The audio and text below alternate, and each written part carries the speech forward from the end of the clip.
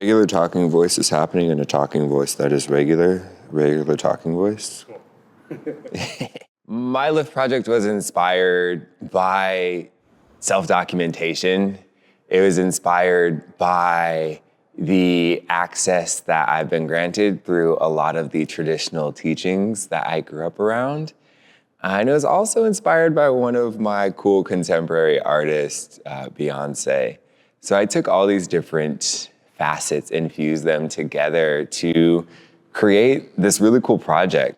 The project itself weaves together traditional pieces that are often used for regalia, which we find in our ceremonies, our traditional feasts, our celebrations. The LIFT Award forwarded my work as an artist in so many great ways. Not only was I able to meet a bunch of other amazing artists that were included in my cohort, I found great support from the staff at NACF itself. Beyond that, this was my first major award that I got as a grant writer, and with it, could call myself a grant recipient. And from that, I have forged my way into finding new opportunities to help support some of the artistic endeavors that I have. So really, it helped me to accomplish a goal that I had set forth in my life. And beyond that, it helped to validate the power that I have myself to present a project and to sell it, so that I could get support, really, because that's what it comes down to, is bringing people into the vision, into the story to help support the narrative that you're trying to bring forth. And so this was a major step in establishing that for me in my early career. My collection actually started with the initial materials that I learned to be an artist with. My great-grandmother was a weaver, and in her weaving, she would use hemp jute as the structure or the warp of her weaving, and cotton string as the part that went through, or the weft, oftentimes even yarn. And that's where I actually started being a artist itself, is learning how to weave, and then expanding out from that, learning traditional Nez Perce Nimipu arts. And then as I started this project for my LIFT Award itself, it actually started with my weaving. So I had my hemp jute, I had yarn, and I was constructing baskets and bags, things that were quite utilitarian, yet as you add design and considerable amount of ornamentation to it, it becomes a grander piece. And so that same method applied to the rest of the collection itself. I used trade cloth and tanned hides, many beads, just different types of fabric. I even repurposed fabrics that I received from my family. The designs and motifs that were included in my work all are rooted in my Black Native queerness. Truly, it is an expression of my identities. When I went into this, it was literally just like, I want to show Black natives. I want to show like esteemed Blackness. I want to show how regal Native presentation and ornamentation is. And beyond ornamentation, because again, it's earned. All of these things that our people wear, these are earned pieces. You know, people put craftsmanship into this. There's story behind it. And so with these pieces, we carry story.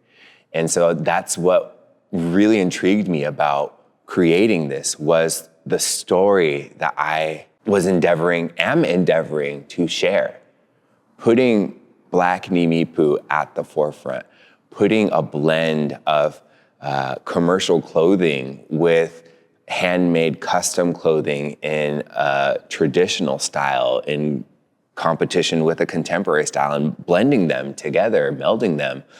Even with gender bending itself, in some of the work that we did, I made it a point to redistribute some of the binary fixes that we see on some of the pieces. Because I don't live my life that way, and I work to reclaim space for those that have the calling for freedom and openness and fluidity in their expression.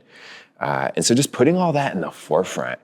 And so, I mean, it's bigger than just like the designs, the angles and whatnot. It's how do I honor these roots, and how do I want to best present the products of these roots so that as it extends out into greater branches or even potential forests, that like the source from which like my creativity is coming from at least helps contribute a little bit of positivity to the greater ecosystem. For the photo shoot that I put together to help present all of the pieces that I created, I had a team there with me. I had documentarians, I had a photographer, I had people that were helping me with styling. And so it was really cool to have a team behind the camera. And what I really enjoyed about being behind the camera and watching both my community members in front of it and behind it was the setup. I hadn't seen a setup like that in Lapway. I hadn't experienced that in my own. I have experience in other industries through my dance career and opportunities that I've had to act and to model, where I've been around major setups where they have full cast and crew that is working all parts of a shoot or all parts of a production. And so to use some of my LIFT Award to help create that space and to support people's presence in that space, because again, time is money, and to be able to compensate those that were helping me to execute a vision was brilliant. And then beyond that, the next levels of community engagement really came in the core group having connections to other people. So, you know, it was a 2-day shoot that we did, and then it was like, oh my gosh, I was hearing about this photo shoot. Some people even came by to both of our locations, which, you know, kind of violates an NDA a little bit. Yeah, it's res, so what am I gonna do? You know, this is family and it's a reservation, so it's gonna happen. And so then you roll with it and you embrace it, and it becomes a part of the story. And so then word started to get out about, oh my gosh, you guys got to see what they're doing over there. This new Nimipu stuff, and it's all these Black natives and da-da-da-da-da. You know, so then story gets kind of out. And then on the other side of it too, once we had the physical, or at least the images, these things that we could share digitally and physically in space, that created a whole new sense of community engagement. Because again, self-documentation. So we're seeing contemporary Nimipu people.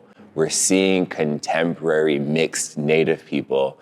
We're seeing this mixture beyond just identity. It shows up in the fashion and in the expression and how people were carrying themselves. I look at historical photos, especially of like people of my tribe, because that's a lot of where our documentation comes outside of like an oral tradition or of physical pieces. You know, it's working through a lot of those photos and writings that come from people outside of our community, putting a lens on our community and then working from that lens. So it felt really great to apply our own lens on our own lands with our own people on both sides of the camera. And then once those products were made, to be able to share them with our community, to be like, look it, this is for us, by us. And to see the rippling out of that has been amazing. And it's not done. That's the cool part. It's not done, it's just starting. I think my biggest hope is simply just to show us, just to put us at the forefront, even within both, all my communities, you know, like being Black and Native, it's being a Native Black person is weird, and being a Black Native person is weird. And then being, you know, a queer identifying person on top of that it's weird, you know? And oftentimes I have just resolve to being second or third or fourth character in a show or in a series or in a story, whatever it may be. And it's like, well, what do we look like at the forefront? What do we look like when erasure isn't the intent?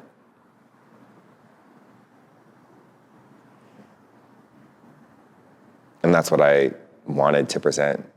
And that's what I strive to present in all of my productions, truly. What do we look like at the forefront?